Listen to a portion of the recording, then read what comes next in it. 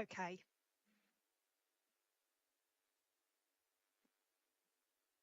Right, we'll start again. Good afternoon. Welcome to the Health Overview and Scrutiny Panel. I'm Councillor Graham Healy from Portsmouth.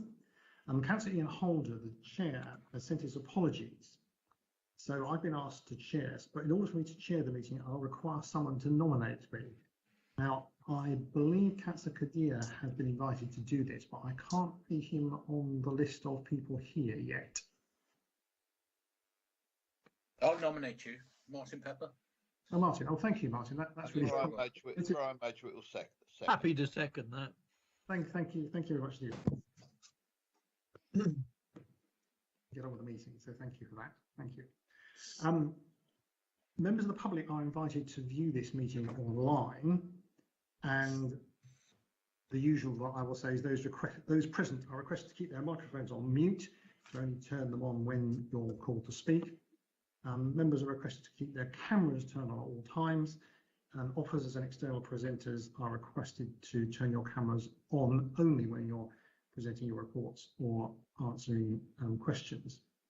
Now, if you'd like to speak, I'm going to ask if you could write your name and RTS, that's a request to speak, in the chat function. That means that I won't mix up the order in which people indicate. If you put the little hand up, I won't know necessarily when you've done that, because I'll be concentrating on quite a lot of things. So if you put RTS, I'll know who has actually requested in the right order. So if you do that, that would be helpful. But the first thing I'm going to ask people to do is to introduce themselves. So shall I start with Arthur, because you're top left of my corner, and alphabetically the first one as well, I think. It's a problem with two initials for the array. You get to the front of everything. Good afternoon, Chairman. I'm Arthur Agate. I am East Hants District Council's representative on the Portsmouth Health Overview and Scrutiny Panel.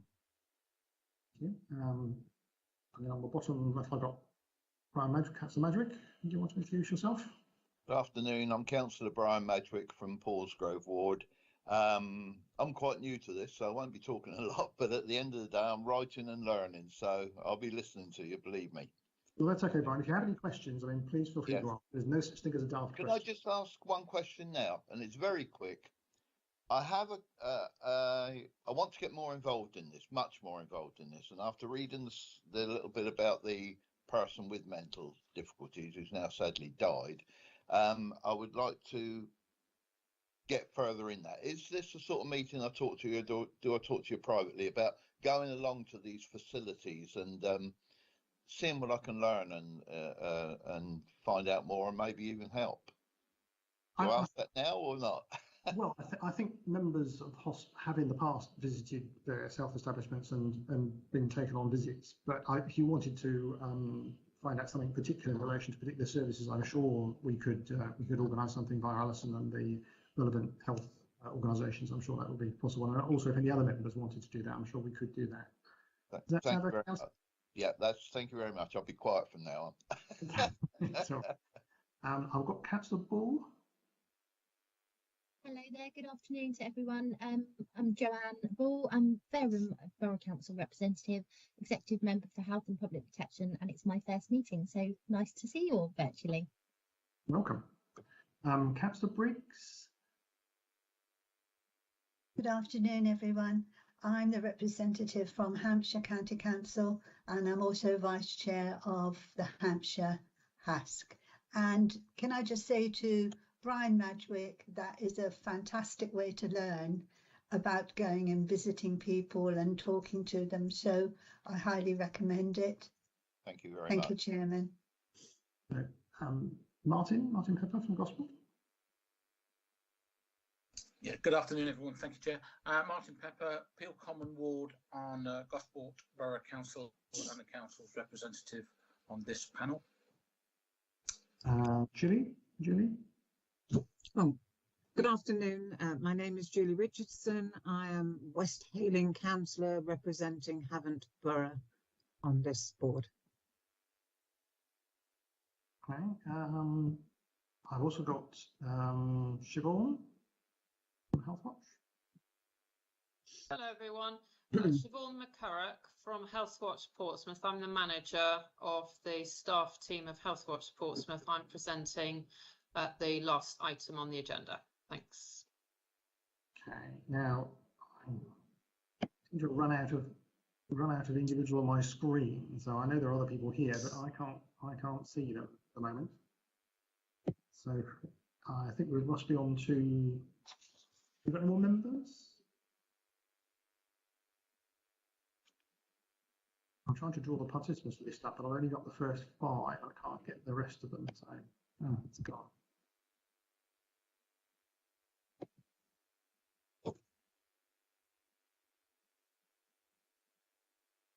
Now, is there anyone else who hasn't been introduced who'd like to volunteer to introduce themselves?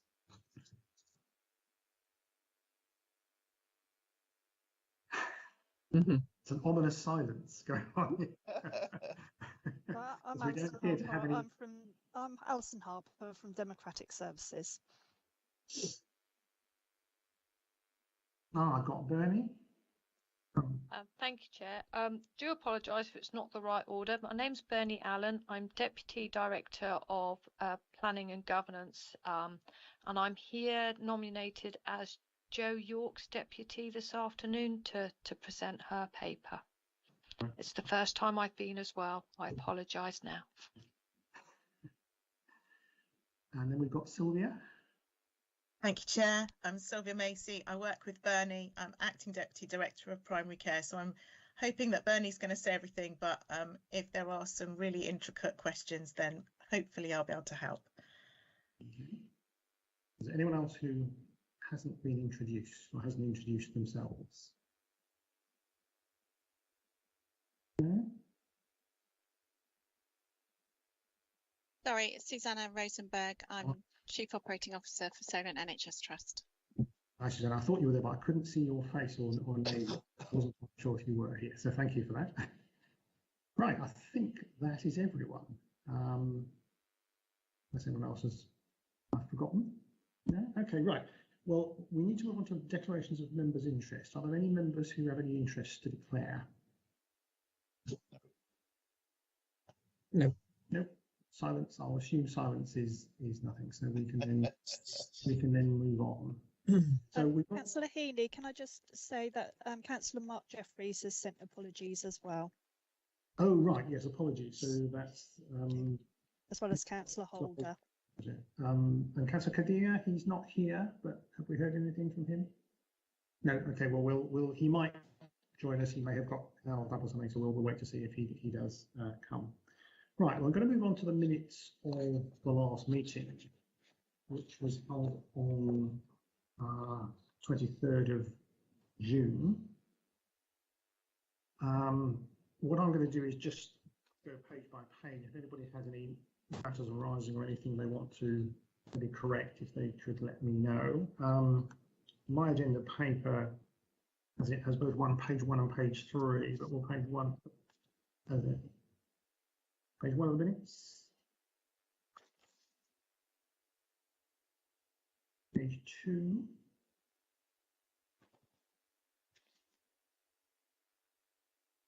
Page 3.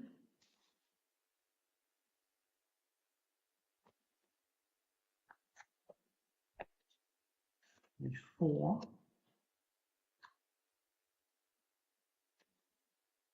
Page 5.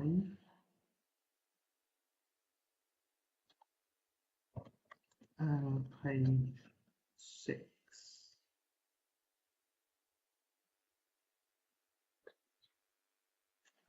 So I think we can take that as a correct report for the minutes, and there are no particular matters arising. The next item on the agenda is the Hampshire Integrated Care Board. Who is presenting that report?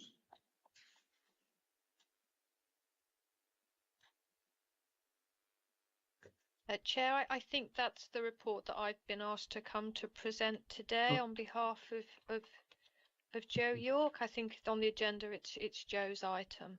Okay, well, what I was going to say was rather than go through the report in detail, because we hope that members will have read it, is there anything in particular you wanted to add, maybe that has come up subsequently, or anything you particularly like to highlight? Thank you, Chair. In terms of highlights, I think perhaps for the minutes we should recognise that we are now part of the ICB. When HOSP met previously, we were just on the cusp of that merger, and that has now happened. So that entity exists. Couple of salient features for me. We hosted the GP Summit earlier in the summer since we last met. Really delivered in close support with council, and we've huge thanks to the councillors for the support that went into that. We're continuing to work and develop on the themes that came from that, so that was really well received. And then probably the dentistry, you know, we are early days on the work on that. We know it is of significant interest to people, and again the ICB offers us a chance to strengthen our voice, but all of our work that we're doing closer with public health colleagues and the local representation will continue to progress. I didn't have anything further, but I think I may have summarised the key points of interest. That's fine, thank you. There's just one thing I wanted to ask about. On page 11, there's obviously a drafting, I think, where it says under section 75 update, it has a thing where it's expected the agreement will be completed in, and there are 3 X's because presumably when it was drafted, they didn't have a date. Because I've got 3 X's, which marks another step forward. So I don't know if you've got a date for that. So we have the existing section 75s in place, so they exist. Revised schedules, we are amending for the name because all of that has to go through and be amended, and our timetable to do that is probably mid-October, and to tidy up any other pieces, but I couldn't give you a specific date, I'm sorry. Okay, right, we'll leave that. I just spotted that and thought, well, maybe we've got a date, but thank you. Do any members have any questions? Chat indicated. Anyone got any questions? I have put my name in chat, Chairman. It's Anne Briggs. Oh yes. Oh, sorry. You just put your name. If you just put RTS, so that I know you're asking. Oh, RTS. Sorry, I put my name in. Then I know that you are speaking, not just appeared as a member. So yes, please go ahead. Okay. Thank you. My question's on the Elective Hub, which is great. It's going ahead. But what I'm just slightly confused about, patients will be given a choice to go to the hub. But say you're at QA Hospital and you see your surgeon there, but do you then agree to go to the Elective Hub because it can be done quicker? Does that mean it will be a different surgeon from another hospital? How's it going to work? Oh, and is it happening because perhaps on that day there's no operating theatre, say at QA? How is it going to be advantageous, please? Sorry, Chair, am I allowed to respond directly? Sorry, I don't want to be stilted, but I don't want to talk out of turn either. Thank you. So the idea of the Elective Hub is that we can offer more continuous care so that we can ensure that a theatre session runs and it is staffed. Yeah, an individual consultant will be available and will staff that list and deliver that list. I don't know the referral protocols with regard to being treated by your personal consultant, and I'm not sure if the work has been developed to confirm that yet, but they are the pathway components that will be discussed and agreed as part of that business case. Okay, so it's still not very clear then as to how it's going to work. Not that I'm aware of, based upon what I have, Councillor Briggs. I can ask for a specific update to be sent to you if there's one available. Yes, I would appreciate that, please. Probably everyone on the committee would. Thank you. Okay, thank you, Anne. I did see Julie put her hand up, so I've got a hand up there for Julie. Go on. Unmute. Thank you, Chair. I just wanted to ask Bernie, have any of the things that Teresa Coffey has said today impacted upon this? And are they going to, is it going to facilitate things or is it going to hamper things?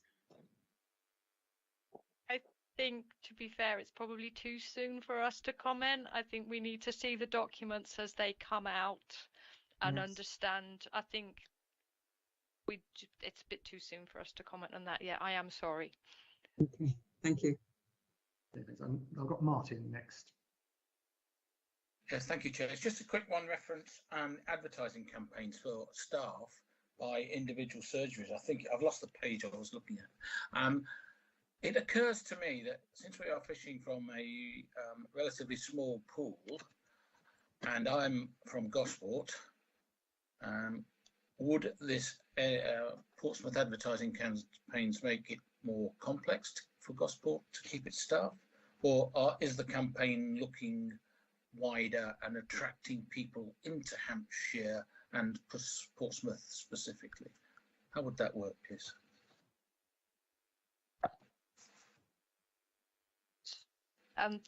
I believe it's the latter.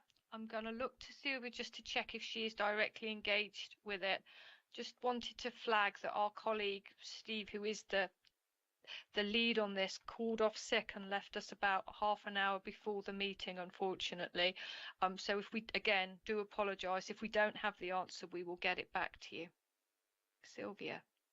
So I'm really sorry. No, I'm not close enough to this piece of work to be able to give you a proper and full answer. What I do know is that the campaign generally, I think we might be talking about two campaigns, but there is a campaign across Portsmouth to encourage patients to look at the wider team and not just ask for a GP appointment, but to understand that there are other skill mix people in that. And I think that the other piece of advertising for staff fits into that as well. But we are and always have done really worked across the whole system. So I would agree with Bernie. I think it's the latter, but I can't absolutely guarantee it is. Thank you, Sylvia. Then I've got Arthur. Oh, sorry, Martin, did you want to come back? Can I ask another question now, or yeah, do sure. I wait? Yeah, no. go my turn. Okay, then. I was speaking to a couple of GPs yesterday in Gosport about retention schemes for GPs. Well, in fact, a whole range of subjects. But one of the things that came up was this GP retention scheme after attracting them. And I see that Portsmouth have one GP on the scheme.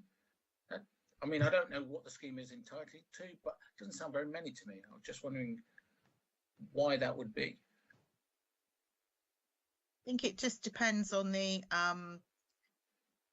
range of GPs that are there at any one time. There are obviously certain parameters they have to fit into to get the scheme. And again, I'm not entirely close to this, so I feel very helpless actually. In this, I was trying to just think, but I know that there are issues with retaining GPs, but we also know that there are various schemes, and it just depends on that GP's walk of life as to whether they fit into those parameters. So not a very comprehensive answer for you, I'm afraid, but we can give you some more information on the retention scheme if that's helpful. Yes, that would be helpful. So okay. And just last one, if I may, Chair. In terms of no, it's gone. Apologies. If it comes back, you can come back again. Don't worry. Don't worry. Arthur, you want to ask a question? Thank you, Chairman. It was we're looking at that elective hub. It does state quite clearly plans for, so in this report, so I would expect that we would see that filled up for our next meeting, that we would get some answers and see how this is happening. As far as doctors are concerned, well, everything revolves around money. Our dentistry in Portsmouth is a prime example. I don't think there are any NHS dentists left in Portsmouth. Siobhan will be able to tell us later on. I'm sure she will, because I've already been nagging her about that.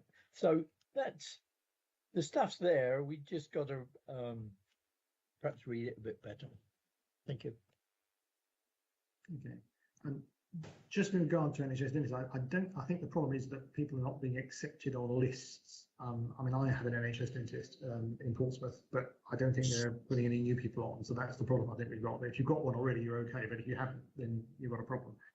But no, that's sorry, that's not strictly true, because I had an NH dentist in Oswald Road in Portsmouth who just advised me he doesn't want any more NHS, and but if I care to fill out this form, let him have it back and spend an awful lot of money, he's quite happy to keep me on his books.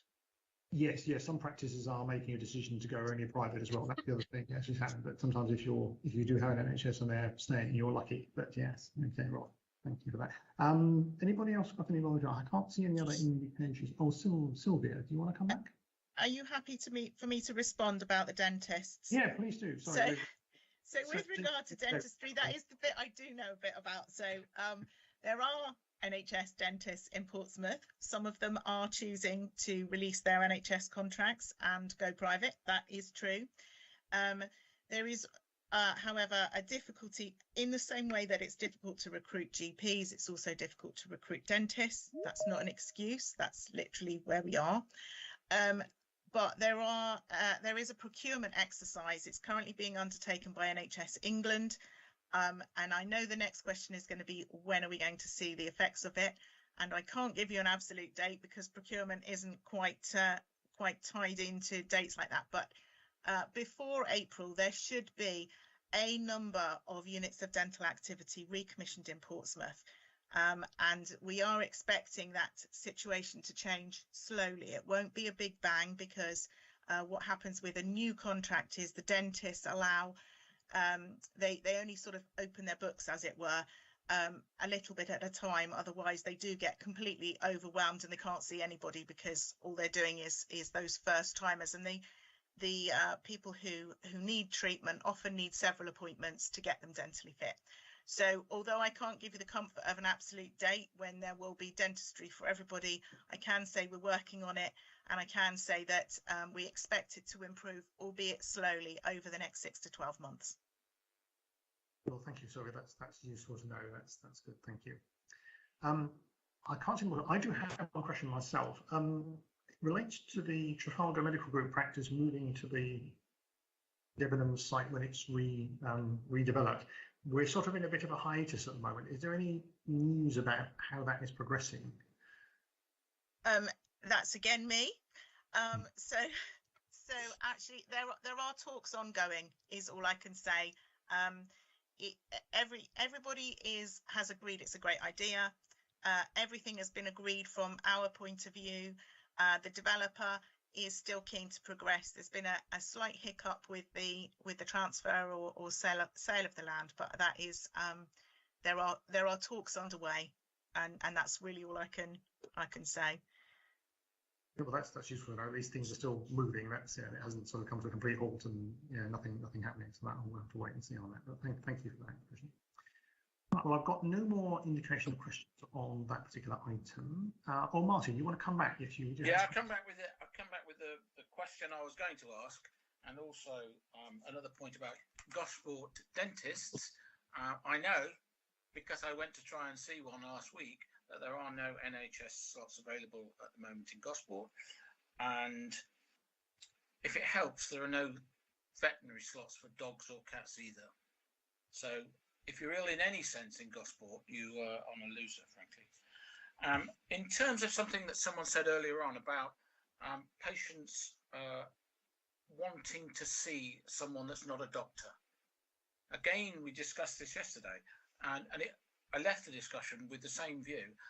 An individual feels sick. They think they've got a damaged ear. They don't really know if it's the damaged ear.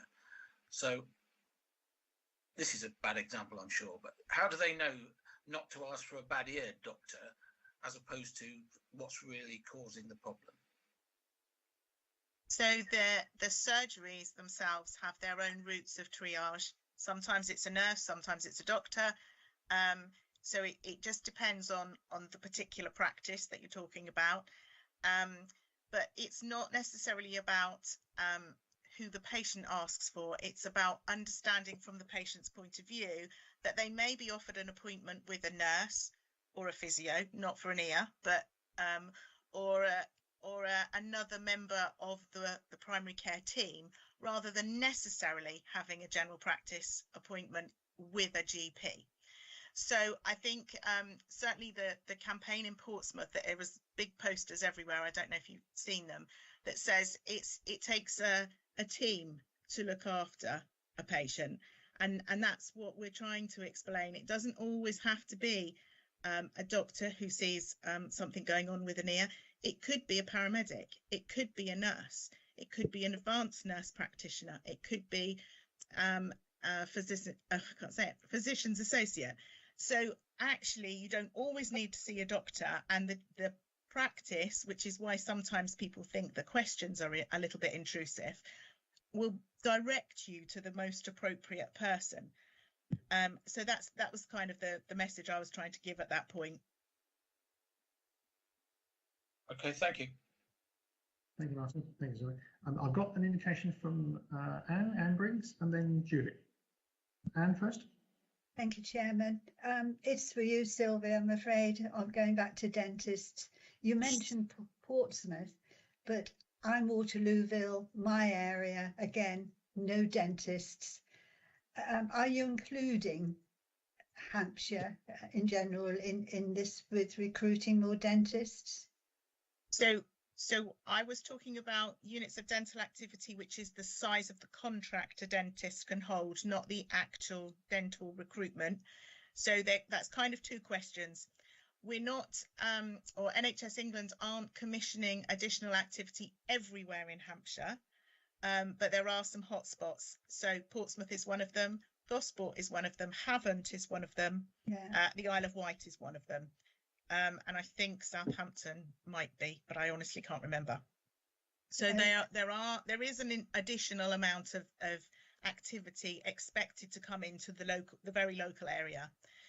With regards to actual dentists and getting them to be able to work within the system, it's really complex, but we are working with the dentists, the local dental networks, the local dental committee, and the university to just see what the options are to encourage dentists to come here and work here. So I can't tell you anything more definite than that, but we are slowly working on it. Okay,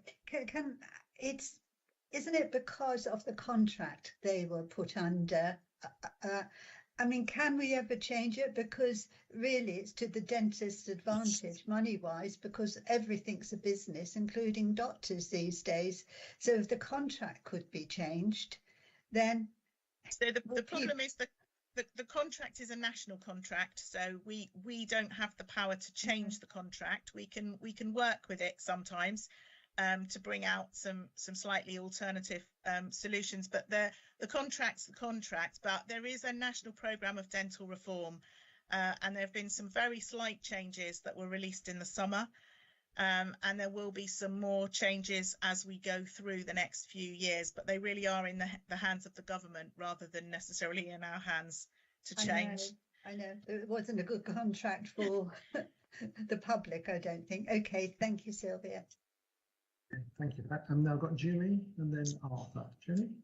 Thank you, Chairman. I'm not sure if this is a question for Bernie or Sylvia, but you obviously talk in the report, or Ms York does, in about urgent care and system pressures. I just wondered how things are going with winter rapidly approaching and how things are, and have we got a few things sorted, particularly in QA? I think that one will be for me. And alongside stepping in for Joe today, I'm actually the system on-call director, the local delivery system on-call director.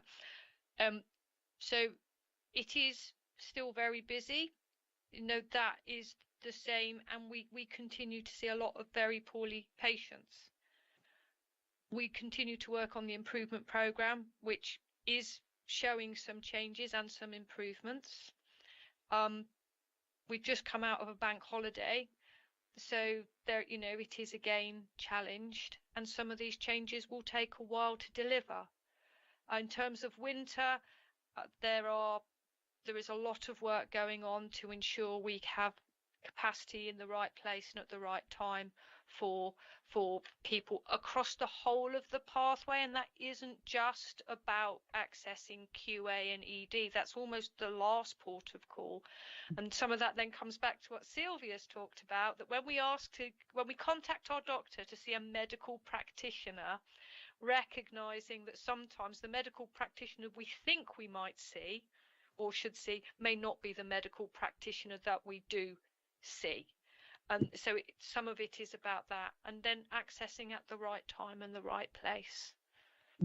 Thank you for that, Bernie. And I mean, I do understand. I've been a nurse. I'm retired now, so I fully understand some of the pressures you have. And in terms of changing the system, how are you going to give people confidence that they are actually seeing the right people? Because, you know, I know from the patients I used to have, they want to see a doctor.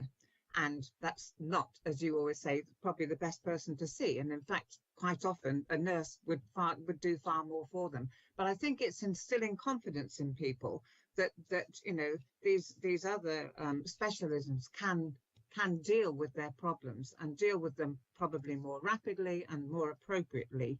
And again, that goes across to sort of services and things like that, using a greater use of those things. As long as you can see somebody and you can see them face to face, you know, in the sort of situation we're in now, that helps people. It's when you get somebody on the other end of a phone that is maybe not as sympathetic, or reading from a script, you know, and maybe don't have the sort of patient focused incentives themselves, you know, it just doesn't help. So what are we doing to promote this in a more effective way? So I think some of that comes back to the comms and explaining to people. We'll be working on that all the time. I think you've actually hit the nail on the head, though. The biggest piece is the experience as you go through that different channel, in ensuring that patient experiences a good level of care, whatever it is, and that is about reviewing the services and then continue to assess. And I will say, be honest and learn from the mistakes that we do make and put them right. And it is a permanent learning cycle, as you will know from your background. Okay, thank you, Bernie. Right. Arthur. Thank you, Chairman. Chairman, go back to dentistry again, just for a minute. The process of this panel, the next level up from us is the Home Office, I understand. And we have the facility to make comment about anything we like to the Home Office, to make our thoughts and because of the reports that we receive and the comments of the residents wherever we happen to live. Would it assist if this panel notified the Home Office that we consider that dentistry, NHS dentistry, is being left behind, and particularly as times get tighter, I understand that the Bank of England have upped their rates again. So we would be looking for them to perhaps take this under review and look at the dentists' contracts, because I understand they're not getting paid enough for NHS patients. So that's where the trouble lies. Could we pass this upstairs, as I think is the process? Am I right? As far as I understand it, yes, we can do, but I think as a Department of Health we would contact. But this normally happens in relation to an item where we are engaged in a consultation about service changes, and if we don't agree with the service changes, we can refer it to the Secretary of State, and there's a panel. I think we've done this once in the history of the HOSP here, I think, if I can remember correctly. As far as HOSP expressing a view to the Department of Health about the dentistry situation in Hampshire, I'm sure we could collectively, write a letter. I don't know if we've done that in the past because I haven't been on this panel for that long, so it might have happened before I was here. But I think we could probably do that, and that would have to come from the chair. I'm only the temporary chair, but the current chair would presumably do that. So I think that's a possibility. But I know Sylvia's indicating, so she may have something else to add to what I've said, or maybe correct something I haven't got right. I honestly don't know about your processes, but I do know that we had a dental summit, which was actually really helpful and informative, and laid a lot of the issues on the table. And Penny Mordaunt was the one who convened that, and she is putting a level of pressure upwards, as it were. So I don't know whether it's worth talking to her or her team about how you could support that. That might be a different way to go. I'm not sure.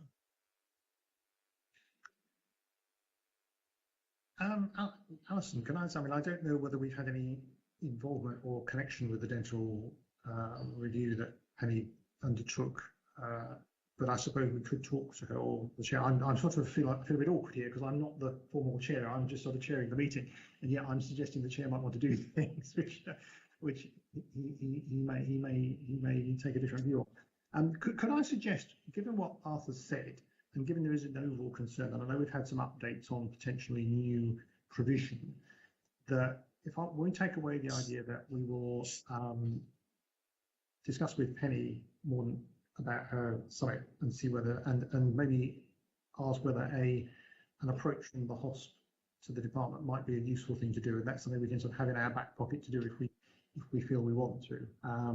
After that discussion, and maybe when Ian's had a chance to have a think about it, and he could then inform the committee whether he feels it would be worthwhile, and hopefully make a bit of an impact if he did write such a letter. Does that sound okay to people? Does that sound fairly clear? Yeah, I can put it as an action. Yeah, okay. That's probably what we ought to consider doing. Agreed. Thank you. Thanks, Arthur. Right, okay. So, are there any further questions on this item? Because we're going to move on to item 5. If not, I can see no indications. I did an RTS, Chair. Oh, sorry, I've got Siobhan there, yes. And then Siobhan did also, I think. Yes, so Martin and then Siobhan. Yeah, I'm just a quick one on the system pressures. Eliminating 60-minute ambulance delays, reducing total hours of ambulance lost, handover delays, reducing acute bed occupancy to 92%. Now, are those figures based on something we think we could possibly achieve, or is that something that we would expect to achieve in an ideal world? Thank you. We I don't haven't. know who I'm asking, by the way. Yeah, so I think you're asking. I'll try to answer that one to you. The first two, we expect to be able to achieve absolutely. They will be challenging. Eliminating entirety a 60-minute hold is a challenge, but reducing them down below the levels we've got now, and we have set ourselves some challenging trajectories to take us down and to improve where we were by the beginning of October, partly as in response to the sort of winter pressures and where we are and how things might be. Reducing bed occupancy, absolutely. Again, that one is not a nice to do. That is the percentage that we think we can operate QA at that maintains the patient flow through the hospital, so that there is a bed available as you come through ED. You're not stuck in ED. And again, we are working on the plans to improve and reduce that. Current reported occupancy is higher than that at the moment, but it is improving. Okay, thank you. Thanks, yeah. Siobhan? Thank you. I'm not due to speak, yes, until the item number 6, but I thought I'd just offer a little bit of information with regard to the dental summit, because Healthwatch Portsmouth attended it. And so we have received the planned report document that was issued by Penny Mordaunt's office only a couple of days ago, actually. So it's very timely that this meeting is taking place, and I can update it. But basically, there were some immediate actions and there were some longer term systemic actions that Penny identified from the dental summit. And there are two steering groups that she proposed to be set up, one to achieve the immediate action points and another to build a roadmap for increasing the number of dentists in the city. And the facilitation of those two steering groups is yet to be organised, but she had a plan in action for as to who was the most appropriate people, including dentists. And certainly members of Healthwatch are to be included in that, but also Health and Care Portsmouth senior managers to coordinate the activities. So I think part of the Penny Mordaunt plan is also to take all of this to the Department of Health and Social Care and speak to Therese Coffey as well with regard to dentists. So Therese's ABC Double D plan, which includes dentists and doctors, will have sight of the Penny Mordaunt Dental Summit for Portsmouth, which is indicative of the problems across the country, but it's just particularly bad in Portsmouth because of the gap in units of dental activity that have been now apparent in the city for about 3 or 4 years. So I think Penny Mordaunt's summit will, in a way, be your letter from Portsmouth. Okay, well, thank you for that. Actually, well, that's a useful update on that. So. You're welcome. No more RTSs, no hands. I'm just tempted to say, and Gosport question. I don't know if you got that because I can't remember if I was mute or not, but I'm tempted to say and Gosport as well as Portsmouth or not. The summit was specifically about Portsmouth, but the Hampshire and Isle of Wight integrated care system is looking at dentistry across the entire Hampshire and Isle of Wight patch, and Healthwatch is involved in discussing with commissioners who will be receiving responsibility for dental commissioning from April onwards. So Gosport is in the mix, but Penny's summit was specifically about Portsmouth. Right, okay. Am I right to speak? Sorry. Yeah. Thank you, Siobhan. We've actually got, we're a front runner with dental, pharmacy optom and dental commissioning. And so we have actually got responsibility already. It was the 1st of July that this particular area or this particular ICB has taken responsibility. So we are just beginning to make some inroads, but we haven't looked after dental in this area before. So it's always been done at a slightly higher system level. So it's just taking us a little bit of time to become conversant. So I'm really hopeful that not only Portsmouth, but Gosport and Havant and the Isle of Wight will see some changes, but it's not something you can just change overnight. Good. Well, I think the idea that we have more local influence, I suppose, would be the way to describe it, on what's happening rather than it being done by another body and we have to then respond to it is probably a good thing. So although it'll take a little bit of time to bed in the new arrangements, that's probably in the long term the better thing. So that's good.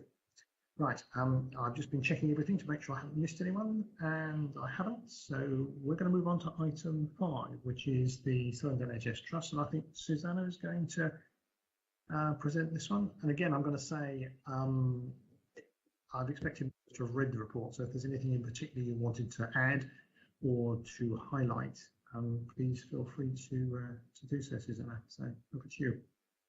Thanks, Councillor Heaney. I'm going to be able to answer questions on the first 2 items, and my Chief Exec, Andrew Strevens, is here to answer questions on the 3rd item, which is the Community Mental Health Review. So I just really wanted to just say one thing about the Jubilee House. update, because it's been to HOSP several times. I appreciate there's lots of new HOSP members, but we have brought this to you over the last 2 years, in fact, a number of times, and I'm really pleased that we have now almost concluded the work. The reason why it's taken so long is because of the pressures at QA and the need over the last 2 winters to fully open Jubilee House as surge capacity. But I would really commend this project to you from a Portsmouth perspective, because it's a real showcase of how we've worked in an integrated way with the council, and now have a combined bed stock, or will have a combined bed stock of discharge to assess and community rehabilitation beds on a single site from the 1st of October. And I think it's really good practice. So I think this will serve the residents of Portsmouth really, really well. Happy to take any questions about those 2 items. Okay, interesting. I remember going on a visit with Councillor Atwell, who was chair of the hospital time when I first got on my council again, and we went to have a look at Jubilee House and had a look round. So yeah, it's taken a while to get there, but that's good. That's very good. I have Anne Briggs, and do you want to ask a question? Actually, you didn't notice it was from the presenter. I wanted to ask Bernie a question, which is gone. So don't worry. Oh, okay. You didn't notice it. Thank you. So has anyone got any questions for Julie? Yes, thank you very much, Chairman. Yes, I just wanted to ask how good will the discharge be and getting people back into the community from Jubilee House? Because again, you know, you've still got the problems with social services and funding, etc. So how will that work out, please, Susanna?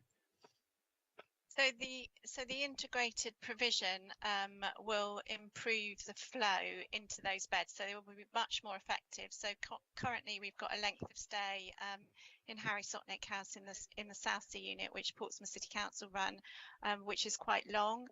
It's 30+ days, and we want to get that down to sort of 18 to 21 days. And with the Solent therapy input, which will be in there when we move the Jubilee House service into South Sea unit, then that will enable that length of stay to improve. Portsmouth as a city doesn't have the same domiciliary issues that Hampshire does. It is still pressurised, but we generally see better flow as a city because of the integrated way that we work. So we're just looking to sort of make that even more effective with this change. Okay, thank you.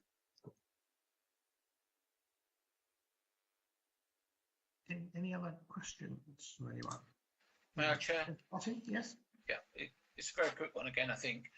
In terms of allocating resources to demand, there's comments in the annexes that that's happening, but it's not happening well. I mean, the high demand area is not getting the resources that we think should be allocated to them. But it doesn't. I can't find any. I couldn't find any numbers to suggest which areas were suffering in that sense. Is that available, please? Andrew, that's a question for you on the community mental health review and the allocation of resources across the patch.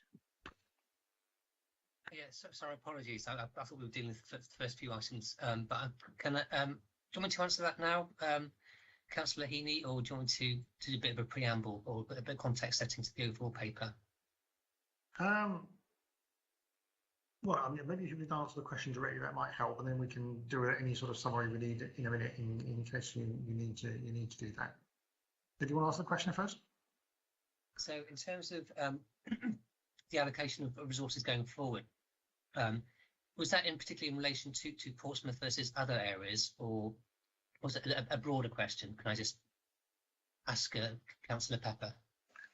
Well, I guess it's a broader question, but you'll be surprised to hear that I'll come back to Gosport at some point if we don't get a mention. Right. Okay. So, in the context of the strategic review, there were 5 recommendations. One of which is a strategic review of financing of community and mental health services across the whole of Hampshire and the Isle of Wight. That piece of work is being led by the finance team within the Integrated Care Board. We will play a part in that. What we do recognise, and it was part of the overall review, was that there has been differential funding and resource allocation to different areas of Hampshire and the Isle of Wight, some of which has been very conscious commissioning decisions. Within Portsmouth, there has been significantly increased investment in community and mental health services. And the outcomes, as evidenced within the report, indicates actually the outcomes for the population of Portsmouth are actually have been better than elsewhere within Hampshire and the Isle of Wight. And there's been a lower spend overall within the acute sector because of that investment. We would look to be using those lessons across the whole of Hampshire and the Isle of Wight to look at actually where you can strategically invest in, say, community and mental health services. So I hope that answers your question, Councillor Pepper. Well, I wouldn't say it on a daily basis, but I have a number of people that contact me frequently, or regularly, I should say, suggesting that they're either themselves or their children often are not able to access mental health treatment in what they consider to be a reasonable time frame, whatever that means, of course. I just wondered then if you think that situation might get better or worse following a review. I would hope by teams working together across the many organisations. So the review looked at the services provided by both, well, by Solent NHS Trust, by Southern Health, by Sussex Partnership, and by the Isle of Wight Trust. But actually, by teams working together and much more closely, then those services will improve. We recognise, particularly in CAMS, that there are long waiting lists, whether you're a Hampshire resident or a Portsmouth resident, and by working together and learning best practice from each other and be able to smooth the pathways, we're hopeful that actually those waiting times will come down.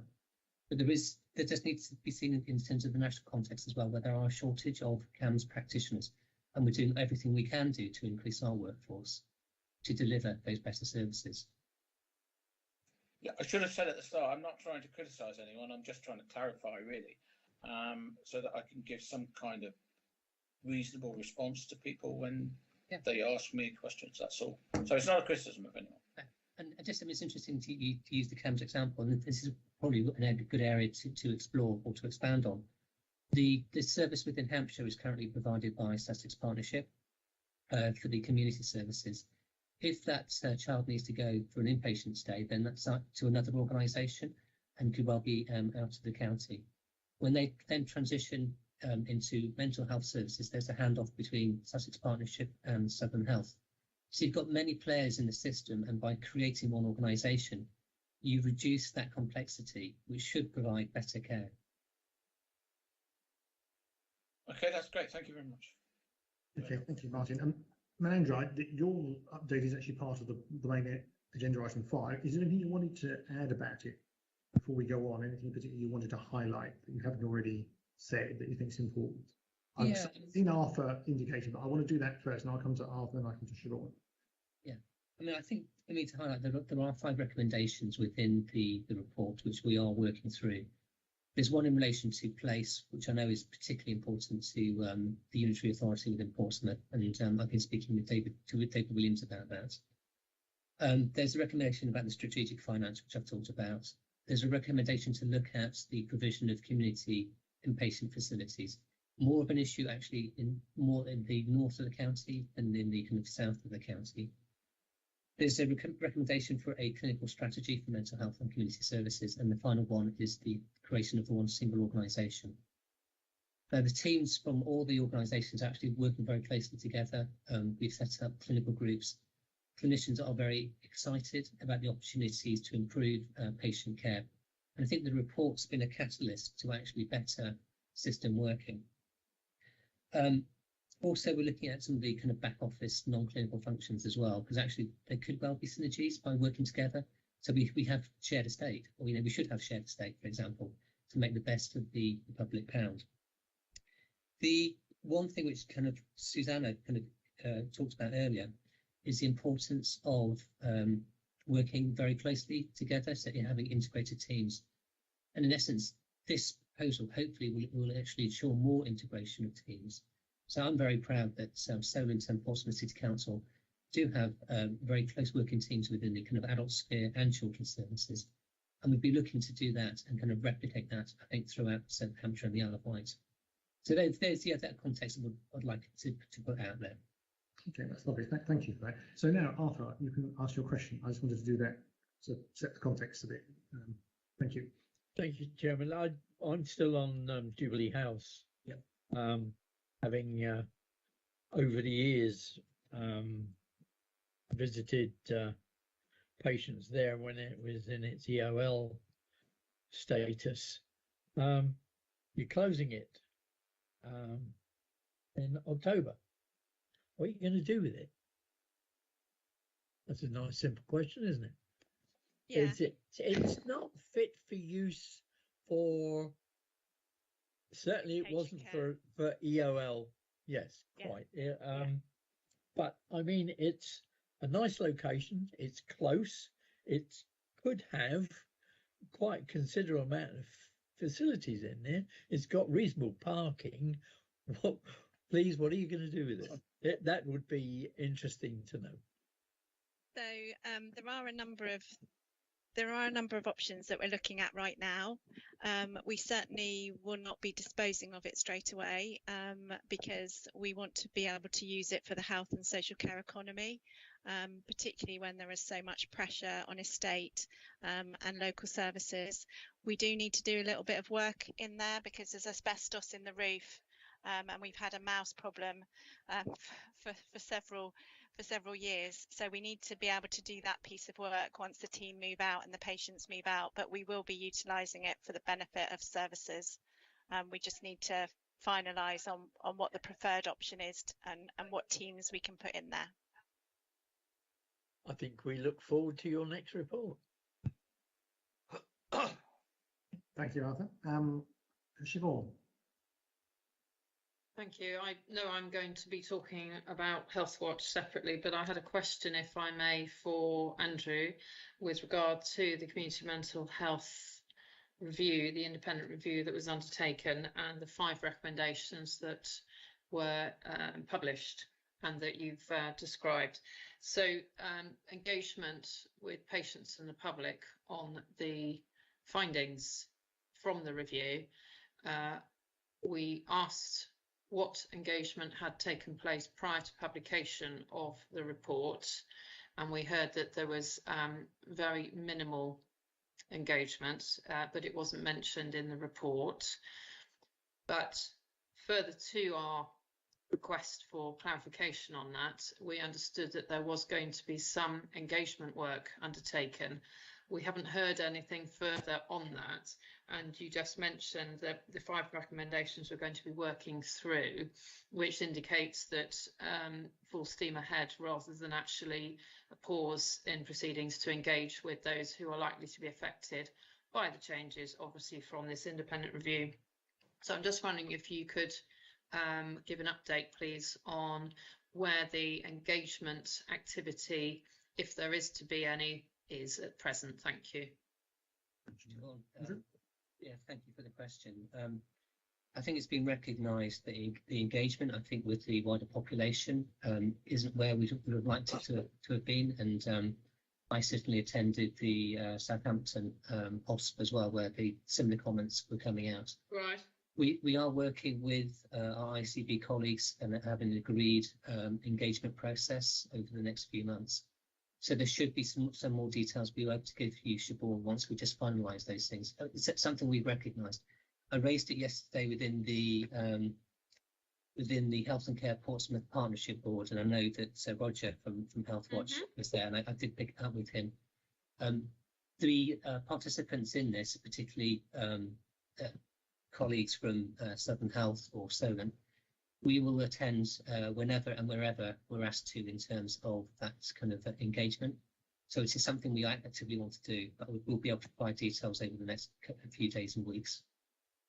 Thank you. Okay. Arthur, Sorry, or another question, Arthur. Sorry, presumably that at the next HOSP meeting, we will get the feedback from that. Sorry, I'm afraid I don't know how often your HOSP meetings are, Councillor. But every 3 months. Every 3 months. So yes, in that case, yes, you would get a feedback at that next meeting. Thank you. Sorry for butting in, Chair. No, that's okay. That's fine. Actually, you got your question in. Good. I haven't got anyone in the chat indicating a question. I also don't appear to see any hands, although I can't see every single person. So if you have indicated or are indicating you want to speak now. No. Good. Right. Okay. Well, thank you very much, Susanna and Andrew, for your contributions and for answering all those questions. I don't know whether you want to stay for the rest of the meeting. Please feel free to if you want. But if you have other more important things to do, please feel free to leave. So thank you very much indeed. Thank you, Chair. Right, so we're now on to Health Watch report from Siobhan. So Siobhan, would you like to take it away? You're on mute actually. We can't. Sorry, there we go. So first of all, shall I just check if people want to see the presentation? I know we've got loads of time, but the presentation was sent in advance, so I'm happy to just take any questions on the report, should councillors have any questions. I think rather than me go through death by PowerPoint. We've had the slides to have a look at. I think yes. It'll be questions really, because if anything's not clear, because sometimes slides don't always explain everything, then I'm happy to ask questions on that. So if anybody has any particular questions you wanted to ask. Arthur. Sorry, Chair. We've got new members on the committee. I do think it would be more beneficial if Siobhan went through the report, please. What do the new members think? Have you had a chance to have a look? I've had a look. Oh, sorry, I'm Chair. I've had a look, but I'm tending to agree with Arthur. Okay. Anyone else? I've had a look, and I'm tending to agree with Siobhan. Well, shall we sort of have a quick run through the slides? Are you able to show them, or do you? Yes, I can. I can do that, and then have slightly more emphasis on things that maybe occur to people as I'm speaking, to dwell on those topics instead, rather than just talk about the slides. So I shall share. So if we're talking about just the slides, I can see the slides. That's why I keep looking down separately to here. But if you don't, so I'm just about to share them, if that will help. I don't know whether everyone's got. I've got paper copies, but maybe not everyone has got their copies in front of them. So if I go to the beginning, and then I can do a slideshow.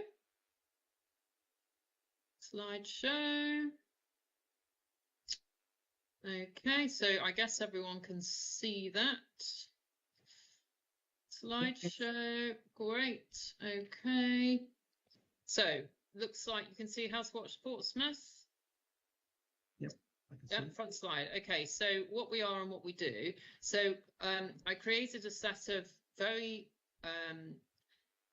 straightforward slides to explain what Health Watch is to those who have not so far come across Health Watch, which is a statutory function that is funded by the government, and funding comes to each local authority, which then commissions a Health Watch service to be provided in their area. Health Watch Portsmouth is commissioned by Portsmouth City Council, and Public Health are the commissioning department, and the current service provider organisation, that is our back office, if you like, is an advocacy organisation called Help and Care. But Health Watch Portsmouth itself isn't an organisation, it's a project within a host organisation. But this purpose of this presentation is to say what we actually do, rather than the nuts and bolts of who provides our office space, if you like. So we're the independent patient voice champion for health and care services in Portsmouth. That is our function. We have patients talking to us, but equally we can have the ear of commissioners and providers, and we have a place on the Health and Wellbeing Board, but we also are able to influence discussions, service planning, based on feedback we have received from patients. So there's 8 statutory functions, and I've just listed those there. And so we encourage people to get involved, we gather feedback, we provide those patient experiences to planners and providers, we comment on the quality and availability of services, as we had just done with the community mental health independent review. We provide information about health and care services. So dentistry is an example of that, where we've been supporting people in Portsmouth to find out what's available. We review how service planners have involved patients in their thinking about new services, and that was my question to Andrew Strivens with regard to engagement activities for the community mental health review. And then with the other 150 local Health Watch across England, we provide feedback to Health Watch England, excuse me, so that they get a picture of what's going on locally altogether. And the reason why dentistry is now in Therese Coffey's health plan for patients, her ABCDD plan, is because Health Watch raised onto the national government agenda the plight of patient access to NHS appointments. A key player in that has been Health Watch Portsmouth, yay! And we have been participating in discussions locally and nationally on what is being experienced in the city of Portsmouth. And it's very encouraging that there has now been a focus, a specific focus nationally on the problems for people accessing NHS dental appointments. And then if there's a particular issue, such as dentistry, we would highlight that particular issue rather than a generic picture. So those are our activities. We listen, we talk about quality, and we provide amplification for the patient voice in Portsmouth. There's a Southampton Health Watch, there's an Isle of Wight, there's a Hampshire Hampshire Health Watch as well. But we are specifically City of Portsmouth. Some people might say, okay, so what have you done? And in the year ending March 22, we had to re-establish ourselves because there was a new contract. We were exceptionally busy providing information and support around COVID, access to GP surgeries and dentists, as I've mentioned. We've found out what people's experiences are of accessing accident and emergency, and we're feeding in those feedback statements right now to the organisers of the urgent care rethink. We did an interim view at the QA Hospital Emergency Department, and recommendations have been made. An interim view visit, which is a statutory activity of Health Watch, looks at the care environment in a care home. And Russet is a care home that supports people with learning disabilities. And we made recommendations, and the Quality Board of Portsmouth City Council is now working with Health Watch to identify what has changed as a result of the recommendations we've made, and they are helping us to identify with the care home what opportunities there are for changes to be made for the benefit of the residents. We encourage best practice engagement on special care dentistry because there was a lack of engagement to start with, and we reminded the special care service provided by Solent NHS on their responsibility to speak with patients before making changes in service plans and delivery. And the special care dentistry service stopped what they were doing and engaged with patients to find out what their views were prior to making decisions about service change. So that worked very well indeed. And we've done scrutiny on health and care service planning, such as, dental, GP surgery websites to see what information is carried on the websites, whether it's accurate. Dementia services we input to the plans going forward that Portsmouth Hospitals University Trust developed. Speech and language therapy, we actually gave feedback to Solent NHS Trust on the difficulties that children with Down syndrome had in accessing the service.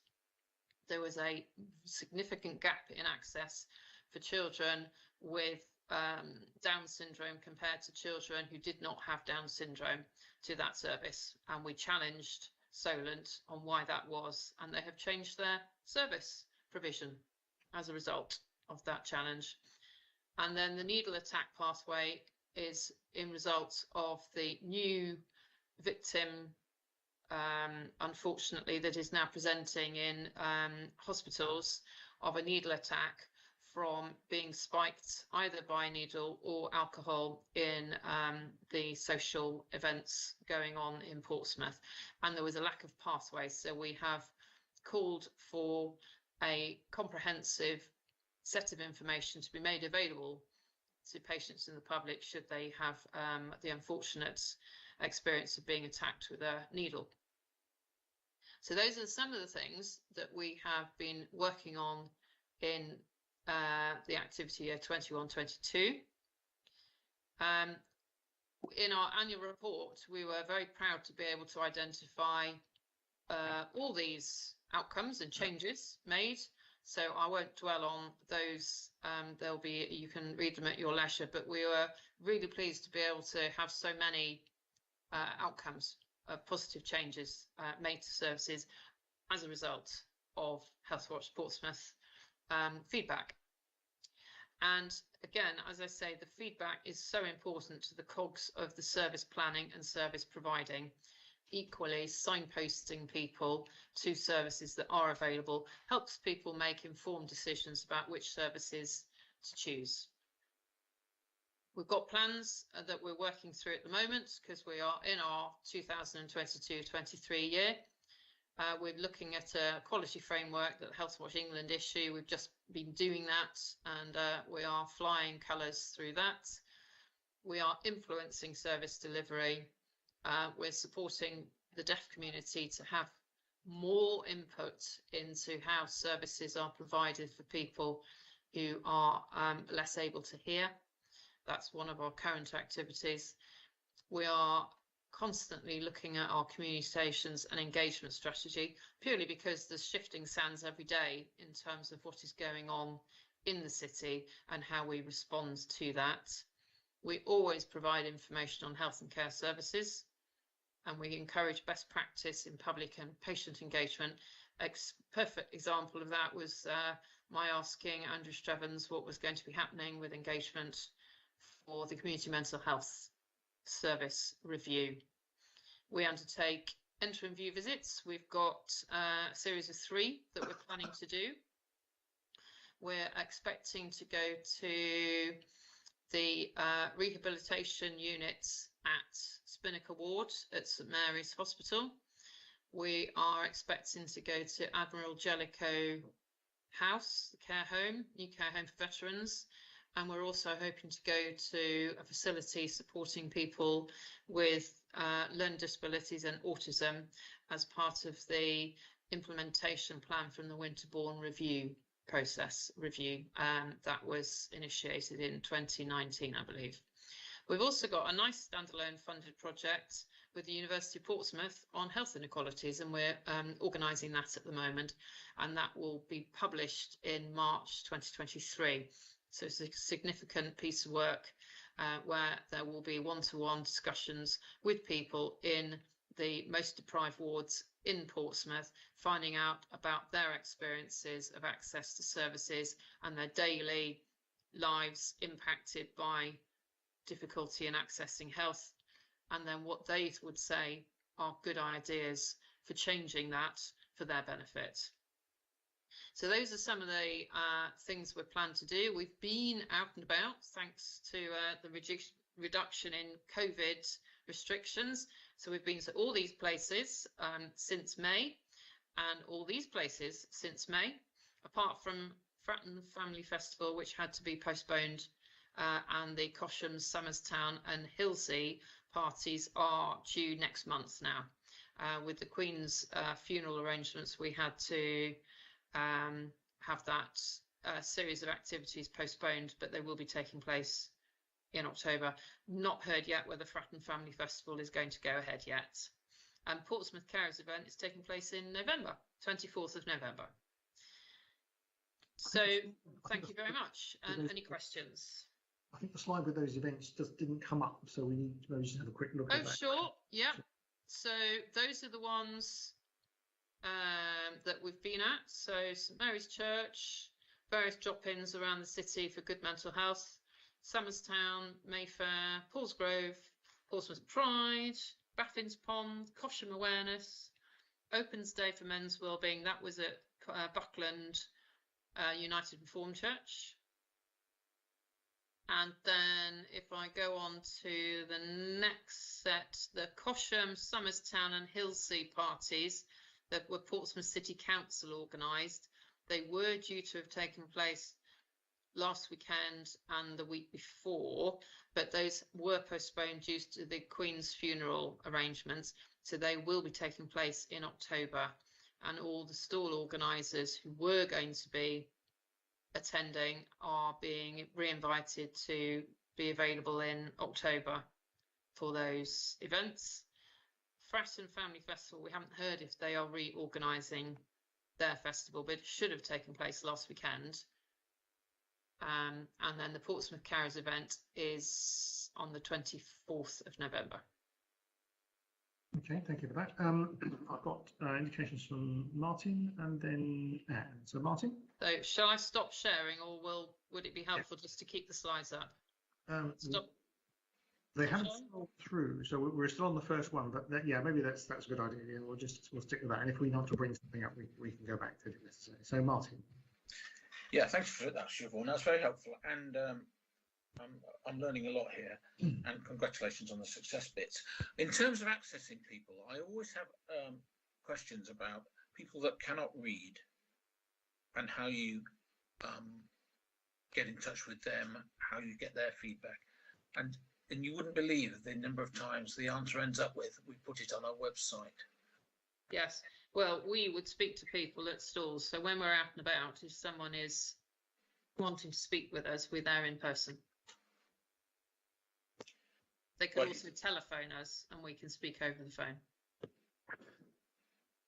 But then again, it does go back to my point about how do they know to telephone you? Indeed. So we would hope that word of mouth would spread that we are available. I was appearing on BBC Radio Solent this morning. I often appear on Radio 105. So Healthwatch tries very hard to have a public face, not just in the print, but in the media as well. But it is difficult to reach everyone. I accept that, fully accept that. But if people can spread the word about Healthwatch Portsmouth to those who are less able to access the statutory service, then I'd be very grateful for anyone to spread the word about us, and we'd be more than happy to speak to people either face to face or on the telephone should they wish to benefit from anything that Healthwatch Portsmouth can help them with. No, that's great. Thank you very much. Thank you, Martin. Anne, do you want to ask some question? Yeah, thank you. It's more of a comment really than a question. I'm a great fan of Healthwatch, which is mine, is Hampshire. You can often get things done that we can't sometimes. But my actual question to you is, you did a walkthrough at QA in the ED department. Yes. Now, was it looking at it as it is now, or were you looking to see how it will be in the future? Because I'm always very concerned about the parking. I'm not quite happy about the parking they've got in the planned for the new ED for people who have, often a doctor will say, don't wait for an ambulance, take someone down. Mm-hmm. And then they have huge difficulties about parking, getting that person into ED. Have you been looking at that, please? Well, the walkthrough was of the current emergency Right. department, and we made recommendations about how that could be improved, specifically at the front door, with all the problems being experienced Yeah, with stressful. appointments and patients, and the system, which we said prior to it being introduced, it's not going to work, and sadly we've been proven correct on that. But we have asked to be involved in what's called the emergency department transformation plans. We have repeatedly asked to be involved in those discussions, and as to date we are not involved on any regular basis whatsoever with those plans. But the Portsmouth Hospitals University Trust Patient, Family and Carer Collaborative, of which Healthwatch is a member, are involved in those discussions. So I sort of have by proxy a toe in the water to be able to engage with those discussions. However, it would be much more appropriate, and we see direct for Healthwatch to be engaged with the project team, and this was a pledge made, but sadly we are yet to have been involved in those discussions. That's a shame. I've had a couple of presentations on the new ED, but I haven't been really satisfied with any of them. And can I just comment, ask Chairman, please, ask Siobhan, when you were in ED, people have been waiting 7 hours, and I know in some places longer. And when they've said they're going to leave, they've been asked to sign a disclaimer. Do you know about that? They're fed up with waiting and they're going to go. And I've had residents ring me up and ask, is that legal? I would have asked Bernie, but I didn't put my name in soon enough.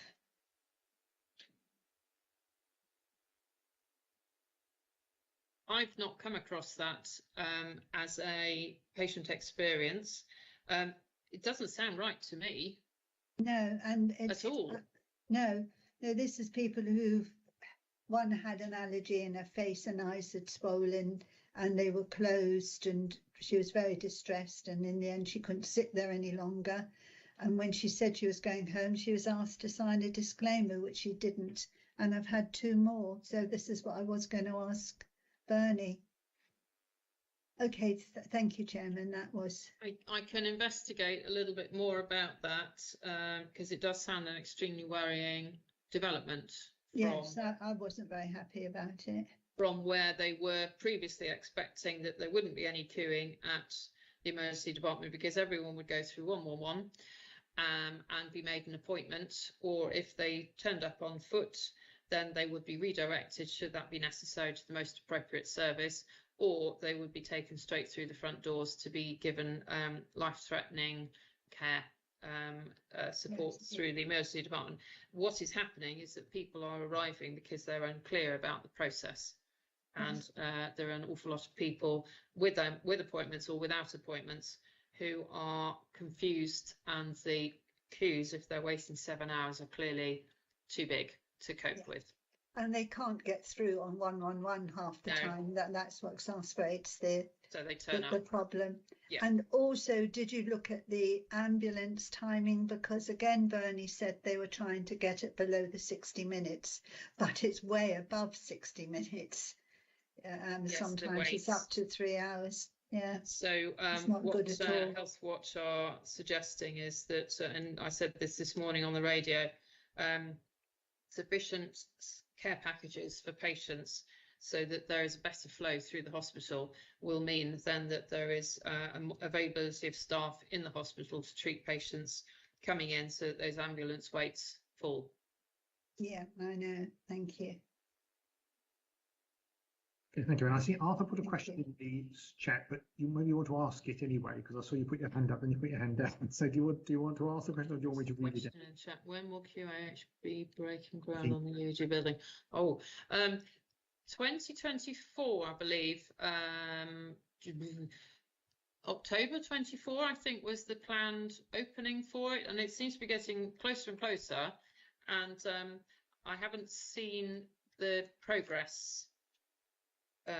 So we've got 2 years basically between now and opening. I haven't seen the most recent iteration of those transformation plans, so I'm assuming they are still on track, and they've had their business plan approved of, I believe.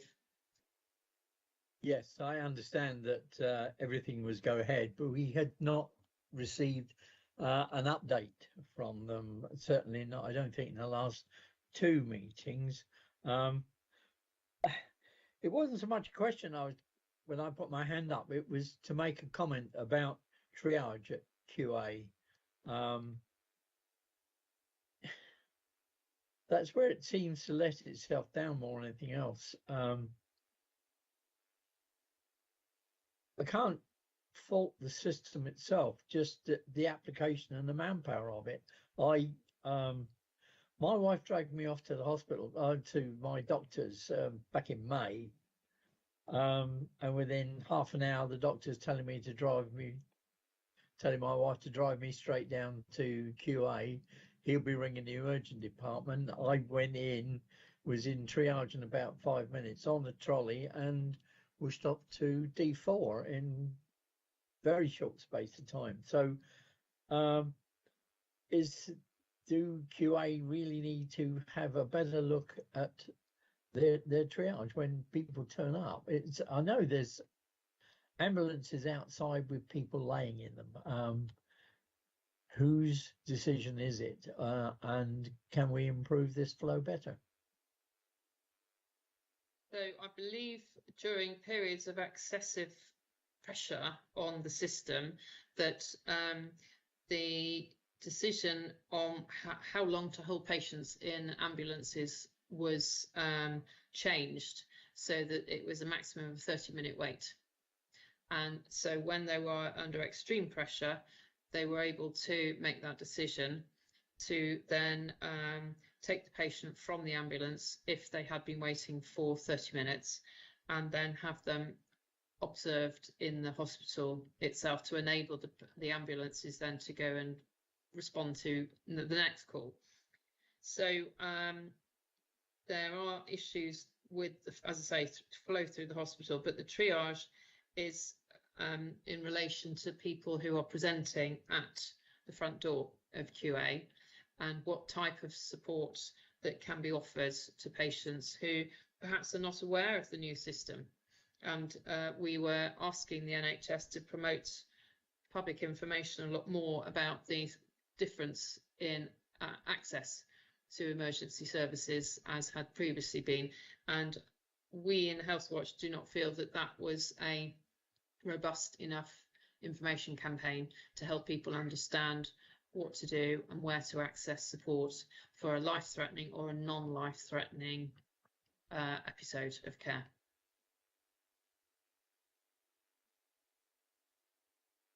We shall look forward to that changing then. I hope so.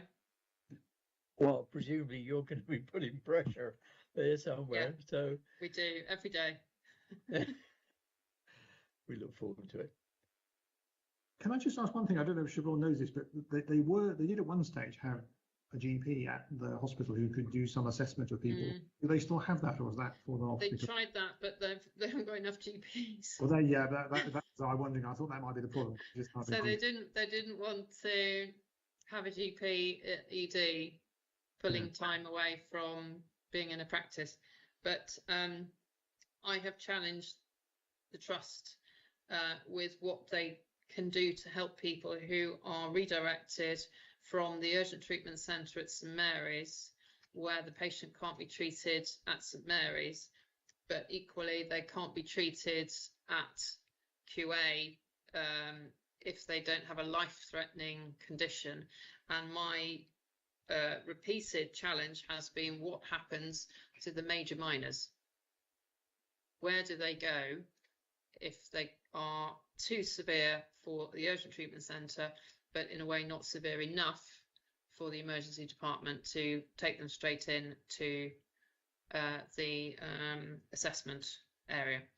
So they are looking at that at the moment, and I believe there's a huge review project on the provision of support, and I believe something is going to be announced in the next couple of months, because they are aware that there is a body of people who are being redirected several times and they're not getting the care they need at the point of access.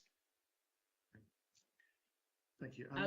Martin's asked a question in the chat about that 30-minute wait limit you mentioned in ambulances in June 22. He said, I was waiting for 2 hours. Do we know when that 30-minute, has it lapsed because they can't deal with it? It was a very brief period when they had excess pressure and they were at black alert or opal alert, I think. So it was only a very, very short time. But it suggests to me that there is flexibility there, rather than it having to always be a particular amount of time, 1 hour. I didn't count them, but apparently there were 21 ambulances in the car park at that stage. Yeah, and there are often at least 20 ambulances queuing. It's not just a one-off situation. So Arthur. Yeah, thank you, Chair. It was I mean, we got a UTC in Petersfield, and the question, I suppose, really is there any future thoughts on expansion of the facilities at the UTCs? I don't know, there's a lot of room at Petersfield, but it's the question worth asking. Is there any chance that there will be expansion on the facilities available at the UTCs? And time, of course, is another one, because I think they were closing early because of lack of staff. I assume that's going to alter. I'd like to see something come back at our next meeting on this. So I understand that within this big review that I was talking about, the urgent treatment centres are very much centre stage of that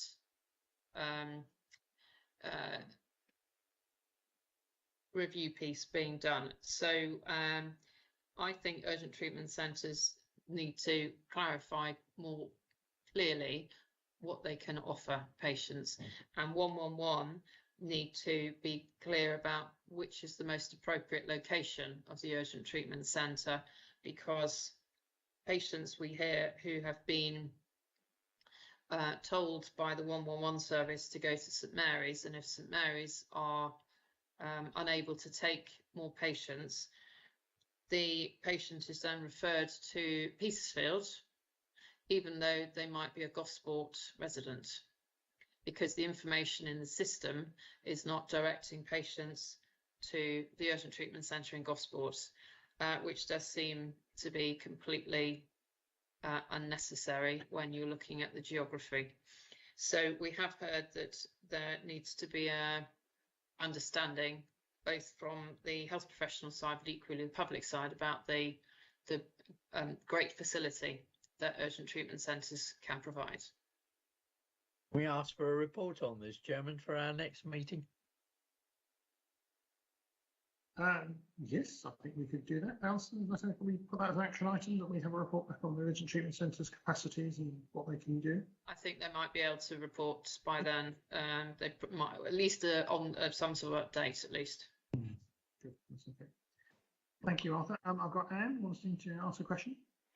Well, actually, Arthur really answered my question. I was going to ask Siobhan if she works closely with the UTCs. And I absolutely agree with what you just said.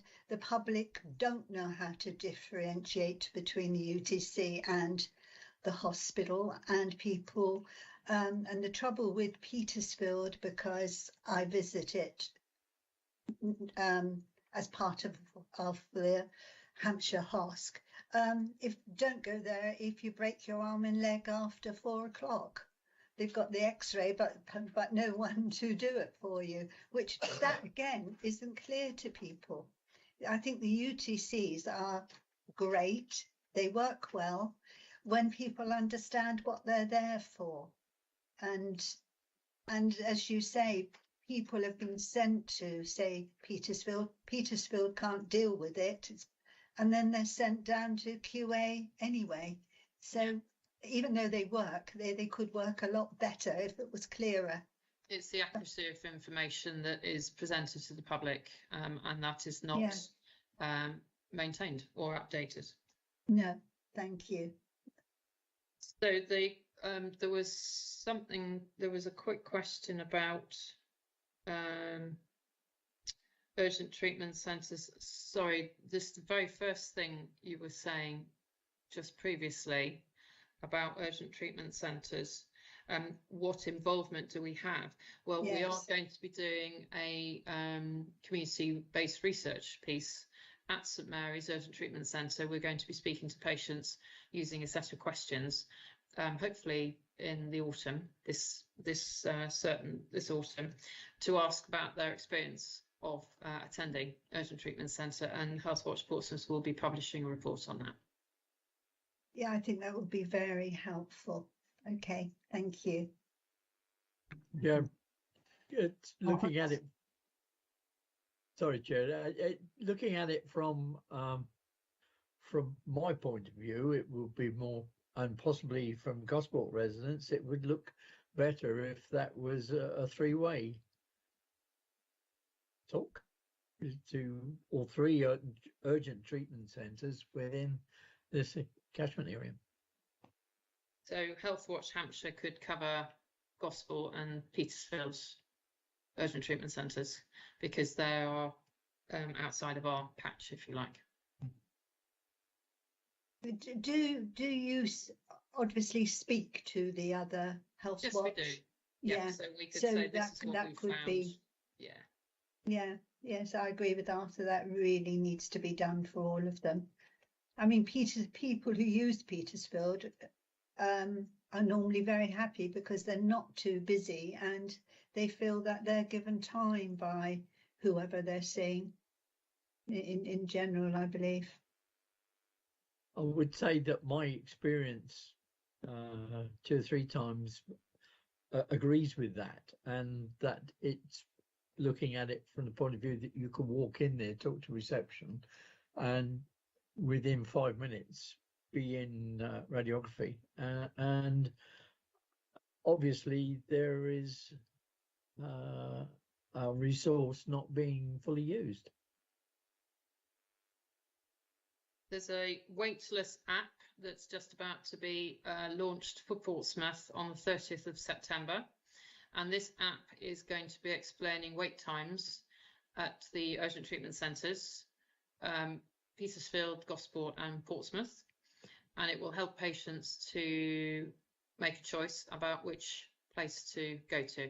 And I suspect that patients, when they see the wait time at St Mary's, and compared to the wait time in Petersfield, may say, I'm going to drive up to the A3, up to Petersfield. And there was a question I raised when this waitlist app was being launched as a trial elsewhere, why they were including the statistics for the emergency department at QA, because that will confuse patients. If they're looking for treatment in an urgent treatment centre, why are they being also given information about the wait in an emergency department if it's not appropriate service that they are seeking? And the answer was that they were trying to give a comparison to patients about the wait time in emergency department compared to urgent treatment centre. And I said, may I suggest that that just confuses the picture rather than informs patients? And I believe that may well be changed, but we'll have to see on the 30th of September whether emergency department statistics are still included, but let's hope they're not. No, because again, that's going to confuse people as to who they should be going to see, isn't it? Indeed. So where will this time, where will it be advertised? Where will people be able to find it? How will they know it's there? I only heard through a meeting. I haven't seen any publicity about it, but there is a waitlist app currently in operation. It's just going to be launched for Portsmouth, I believe, on the 30th of September.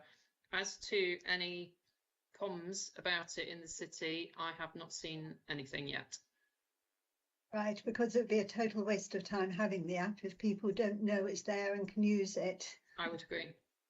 Thank you. Okay, thank you, Siobhan. Thank you. I think the chat, there isn't any other one indicating unless anyone wants to ask a further question. No? Okay.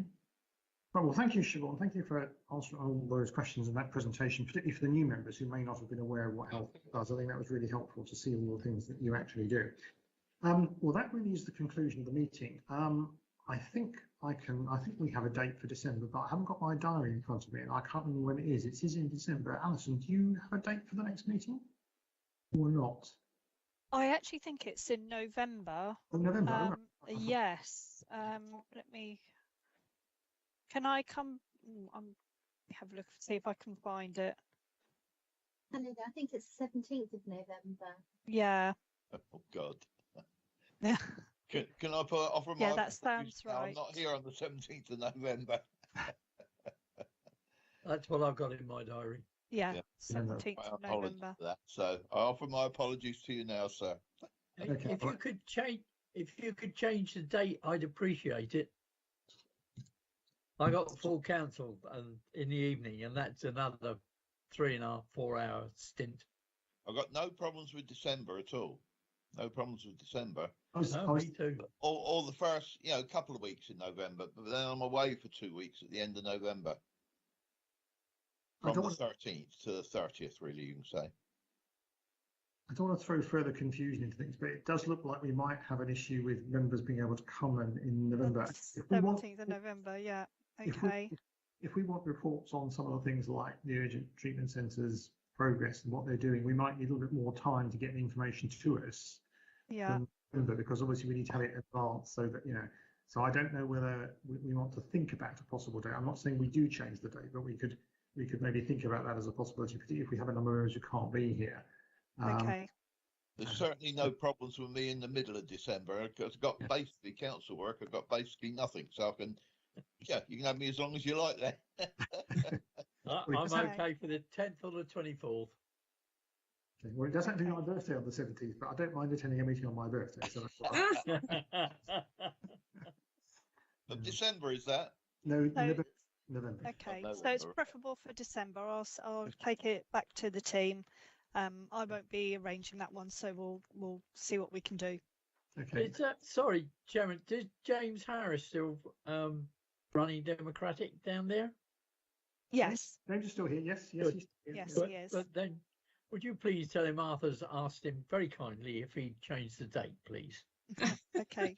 He used to be Democratic Services for EHDC. Oh, right. So you've got an inside track on him, so you can help. Probably not. Okay, well, can I thank members for their attendance? Thank you for the questions and thank you for bearing with me because this is the first meeting I've ever chaired as a virtual meeting. I've been a member at a meeting over there, but I know, so I'm thank you for bearing with me while I sort of found my way around how to do it. And I think I'm a bit better than I was when I started, so thanks indeed. Well done, Chair. Yeah, well done, Chair. You've done a wonderful job. To see you in the next meeting. Thank you. We look forward to I'll it. finish the live stream now. Yes, Okay. Thanks very much. Cheers. Bye. Thank you. Thank Bye-bye. Thank you. Goodbye. Thank you, Chairman. Bye-bye. Up the top there.